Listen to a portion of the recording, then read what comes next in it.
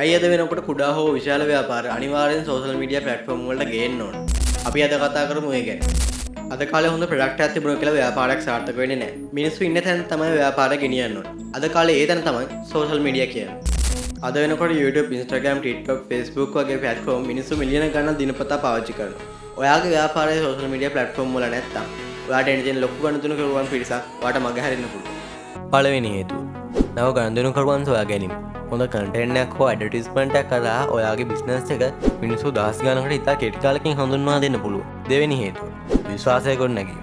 Professional Facebook page එකක්, Instagram profile එකක්, customer reviews සහ ඔයාගේ වැඩ පෙන්වන post තිබුණොත් අනිවාර්යෙන් කස්ටමර් කෙනෙක්ට ඔයා ගැන තියෙන විශ්වාසය වැඩි වෙන්න පුළුවන්. තුන්වෙනි හේතුව. අඩු වේදමින් මාකටිං කිරීම. TV ඇඩ්වර්ටයිස්මන්ට් එකකට වඩා බිල්බෝඩ් එකකට වඩා සෝෂල් මීඩියා හරහා ඉතා අඩු මුදලකින් ලක්කත පාරිභෝගිකයන්ට ඔයාගේ සේවාව හෝ නිෂ්පාදනය පෙන්වන්න පුළුවන්. හතරවෙනි හේතුව. කස්ටමර් සමග ඍජුවම සම්බන්ධ වීම. කමෙන්ට්, මෙසේජ්, WhatsApp හරහා යාළගේ ප්‍රශ්න වලට උත්තර දීලා යාළගේ ඕඩර්ස් ඉක්මනින් ලබා ගන්න පුළුවන්. පස්වෙනි හේතුව. තරංකාරී වෙළඳපොලේ ඉදිරියෙන් සිටීම. ඔයාගේ තරංකරුවන් සෝෂල් මීඩියා භාවිත කරනවා නම් ඔයාත් ඒතන සිටීම අත්‍යවශ්‍යයි. නැත්නම් ඔයාට එන තියෙන කස්ටමර්ස්ලා එයාලා වෙත යන්න තියෙන ඉඩකඩ වැඩි. අවසාන වශයෙන් මතක තියාගන්න. සෝෂල් මීඩියා කියන්නේ විනෝදාස්වාදයට විතරක් නෙමෙයි.